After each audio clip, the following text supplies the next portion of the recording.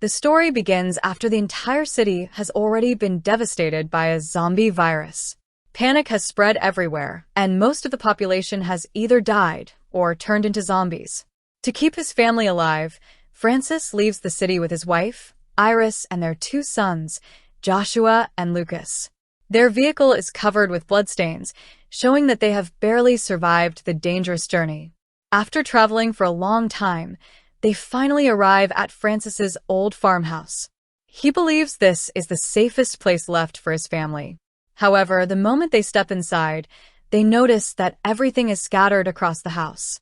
Seeing the condition of the farmhouse, Francis immediately starts calling out for his parents, but no one answers. He walks straight toward his father's bedroom. As soon as he opens the door, he finds his father lying dead on the bed with a shotgun still in his hand. One look is enough for Francis to understand what happened. His father had been infected, and before turning into a zombie, he chose to take his own life. Without saying a word, Francis picks up the shotgun. He also removes his father's wristwatch and keeps it with him. As he leaves the room, he hears a strange sound coming from another part of the house. He slowly follows the noise. A few moments later, he finds his mother. Her body is badly damaged, and she is repeatedly smashing her head against the wall while whispering only one word over and over again: "Sorry." The moment Francis sees her condition, he realizes she has also been infected. Suddenly, she rushes toward him and tries to attack him. Having no other choice, Francis raises the shotgun and fires. She falls to the ground immediately. Later, Francis buries both of his parents outside the farmhouse. At that moment, he understands that the virus has already reached the countryside. From now on, they will have to be even more careful if they want to survive. A little while later, Joshua suggests checking the storage room because they might find something useful there. Francis agrees and goes with him. Inside the storage room, they discover that the farmhouse caretaker has hanged himself. Both of them stand there silently for a few seconds. Then Francis tells Joshua to remove the bunch of keys hanging from the caretaker's belt. Joshua nervously steps forward and pulls the keys with all his strength. The moment they come loose, the caretaker's body suddenly falls right on top of him. Joshua gets terrified and immediately runs out of the storage room. Outside, Iris notices his frightened condition and asks Francis what happened. Francis calmly replies that nothing serious happened.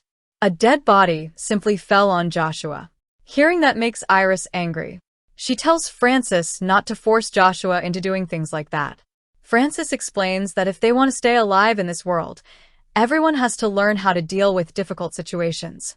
Otherwise, they will not survive for very long. A little later, Francis gives Lucas a piece of sugarcane to eat. Lucas happily starts chewing it while Francis watches him with a smile.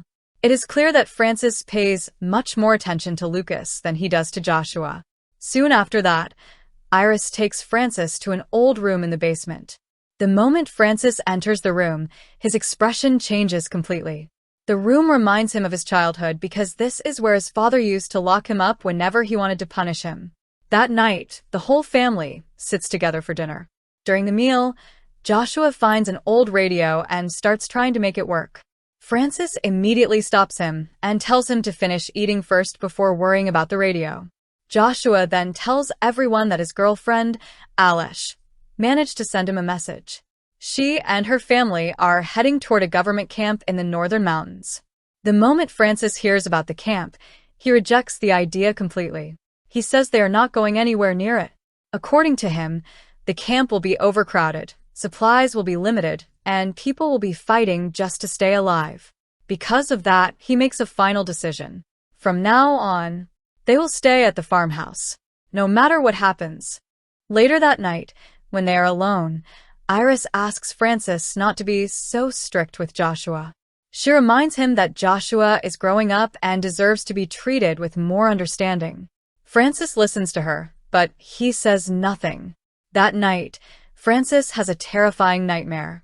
In his dream, his father appears in a horrifying form. Francis suddenly wakes up in fear and immediately holds Iris tightly. The next morning, Iris asks him what happened during the night. Francis avoids explaining the dream, But Iris tells him clearly that she does not want to stay at the farmhouse any longer. Realizing that the tension inside the house is only getting worse, Francis finally agrees to check the government camp in the northern hills. The whole family gets into their van and starts the journey. After driving for some time, they reach a bridge where several abandoned vehicles are blocking the road. Barricades have also been placed across the bridge. As soon as Francis sees the roadblock, he tells everyone they should turn back. But Iris notices a small opening beside the barricade. She gets out of the van and tries to move it so they can pass through. She pushes with all her strength, but it does not move. At that very moment, a zombie suddenly appears in front of her. Startled, Iris quickly backs away. Francis jumps out of the van, raises a shotgun, and shoots the zombie before it can reach her.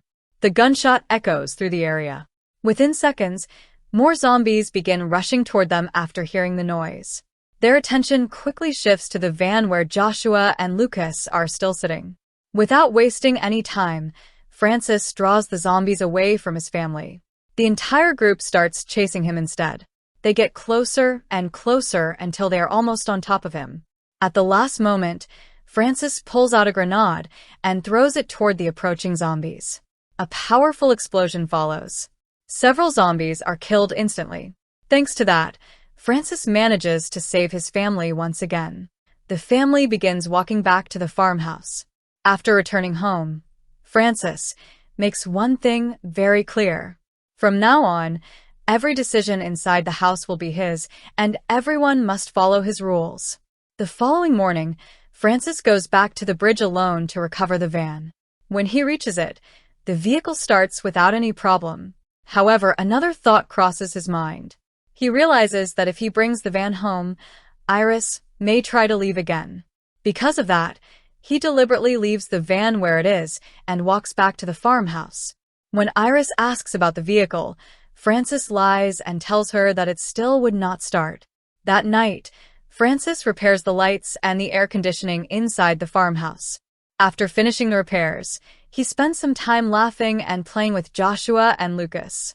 Standing at a distance, Iris quietly watches them. As she looks at Francis, she begins to realize that he no longer sees the farmhouse as a temporary shelter. In his mind, this place has already become their permanent home. A little later, Joshua and Lucas start looking through the old family photo albums. While going through the pictures, they find a photograph of Francis standing beside his brother, Diego. Lucas smiles and says that Joshua looks exactly like Uncle Diego. The moment Joshua hears that, he falls silent. He looks at the photograph again, and many questions begin to fill his mind. He slowly starts understanding why Francis has always treated him differently and why Lucas always received more love. The next morning, Francis apologizes to Iris. He admits that many of the things that happened were also his fault. Iris tells him that she also said many things in anger. Francis accepts her words and says that from today onward, they will start a new life together and take care of their children. After that, Francis walks toward the chicken coop to collect some eggs. As soon as he arrives there, he notices a rabid dog tearing apart the chickens. Francis immediately tries to chase the dog away. Instead, the dog attacks him and bites his wrist very hard. Francis returns to the house in pain. Iris immediately cleans his wound and wraps it with a bandage. She tells Francis that the bite could be dangerous, and if it becomes infected, the situation could get much worse. That is why they should go to a hospital or find a doctor immediately. But Francis refuses without hesitation. He says he is not going anywhere, and if the wound is properly treated, it will heal on its own. Meanwhile, Joshua takes the radio outside to search for a better signal. After trying for a long time, he finally receives a signal from Delta Camp. He quickly runs back to the farmhouse and tells everyone that Delta Camp still exists and that people are still alive there. But Francis refuses to believe him. He says there is no safe place left in the world anymore. Either people are already dead, or they have become infected. That night, the conversation during dinner once again turns toward Delta Camp. Francis explains that leaving the farmhouse would be a terrible decision. According to him, there is only death outside, while staying here gives them a better chance of surviving.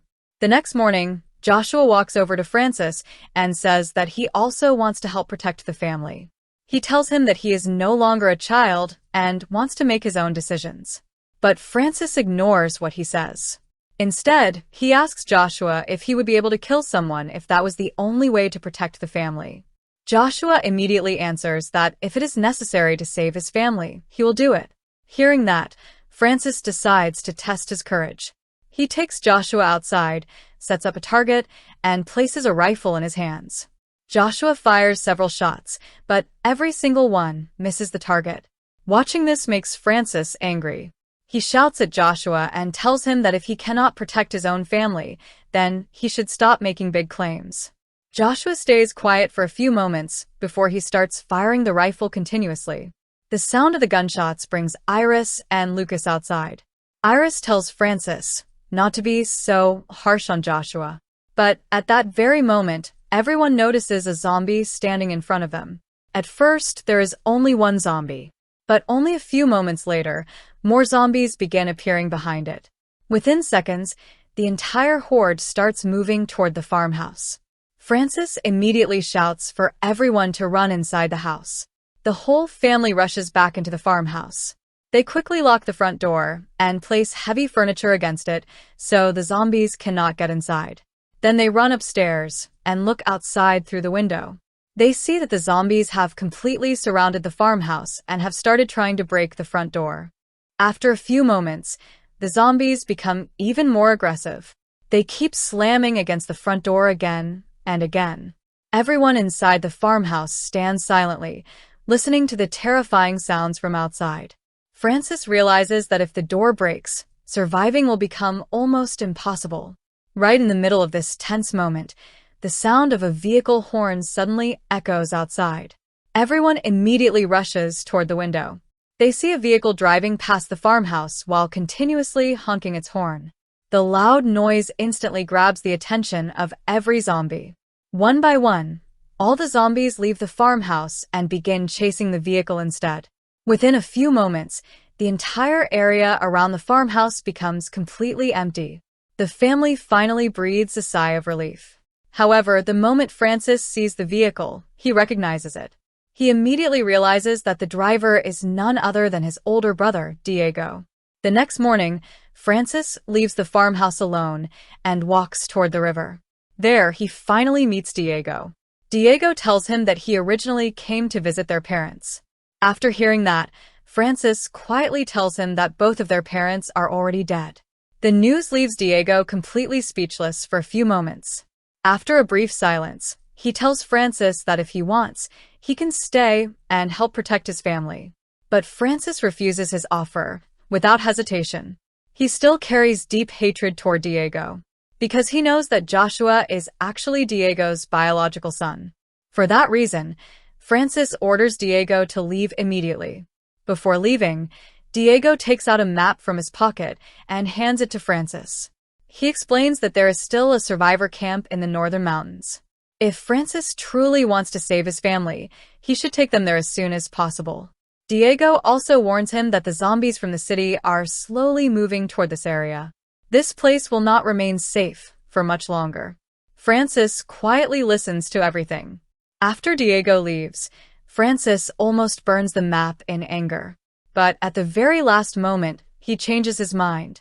Instead of destroying it, he decides to keep the map with him. Francis returns to the farmhouse and shows Diego's jacket to Iris. The moment she sees the jacket, she realizes that Francis has already met Diego. Feeling heartbroken, she quietly walks back into her room without saying a word. On the other hand, Francis realizes that the zombies could reach this area at any time. Because of that, he starts strengthening the farmhouse even more. He checks every door and every window, reinforcing anything that looks weak. Meanwhile, Lucas wanders into the basement while playing. As soon as he looks outside through the small basement window, he suddenly screams. He has spotted an old zombie standing outside, staring directly at him. Hearing Lucas scream, Iris immediately rushes into the basement. She holds Lucas close and comforts him, telling him that the zombie looks weak and cannot reach them. Unknown to them, Francis has been listening to the entire conversation. A short while later, he quietly leaves the farmhouse by himself. He follows the zombie.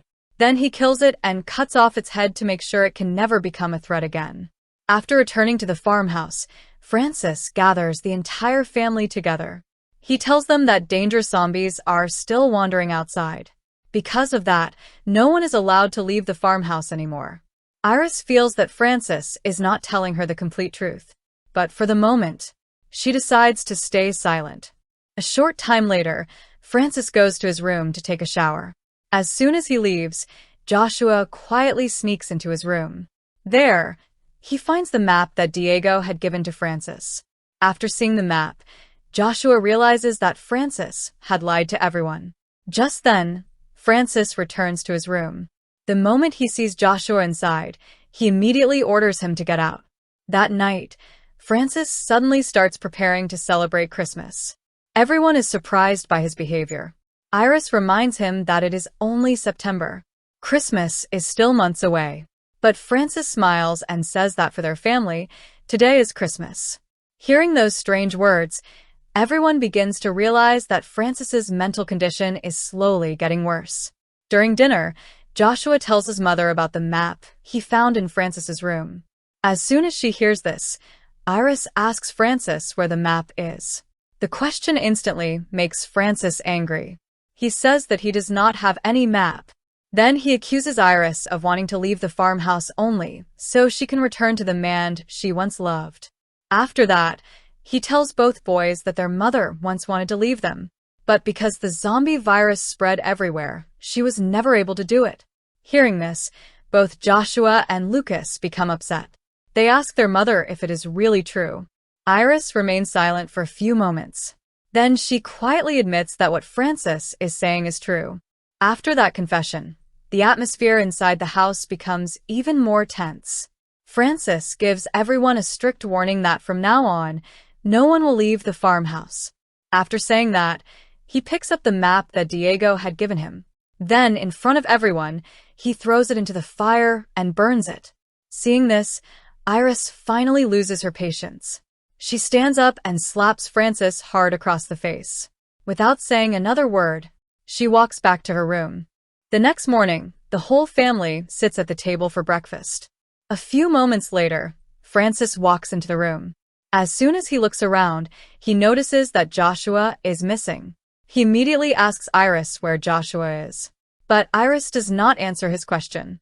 At that moment, Francis notices that the front door is slightly open. He instantly realizes that Joshua secretly left the farmhouse during the night. The moment he understands what happened, his anger reaches its limit. He immediately picks up a hammer and walks toward the basement. The injured soldier is still resting there. Before the soldier even gets a chance to react, Francis strikes him in the head with a hammer. That single blow kills the soldier instantly. Seeing this horrifying scene, Iris and Lucas are completely terrified. But Francis is still not calm. He walks toward Iris and forcefully pushes her. The impact throws her onto the floor, and she loses consciousness. Some time later, Iris slowly wakes up. She realizes that both she and Lucas have been tied up inside the basement. A short while later, he cooks the dog's meat and brings it down to the basement. He orders Iris and Lucas to eat it, but Iris immediately becomes suspicious. She refuses to eat the food. Her refusal makes Francis even angrier. He throws the plate onto the floor with all his strength. Along with the plate, a knife also falls onto the ground. Very carefully, Iris hides the knife beneath her foot, but she pretends as if nothing has happened. After that, Iris tries to calm Francis down. She walks over to him and tells him that he is still the most important person in her life. She hopes his anger will fade, so they can find an opportunity to escape. For a few moments, it seems that Francis believes her. But suddenly, he notices the knife hidden beneath Iris's foot. He immediately picks it up. After that, he locks Iris and Lucas inside the basement once again. Iris tries to find a way to escape, but unfortunately, her foot slips. She falls to the ground and loses consciousness once again. Some time later, she slowly regains consciousness. Lucas nervously asks her what they should do now. Iris quickly comes up with a plan. She carefully explains to Lucas exactly what he needs to do. Lucas agrees and follows her instructions. A few moments later, he starts screaming as loudly as he can. The moment Francis hears the screams, he rushes toward the basement. As soon as he gets close enough, Iris takes advantage of the moment and attacks him. Iris succeeds in knocking Francis unconscious. Then she and Lucas work together to lock Francis inside the basement.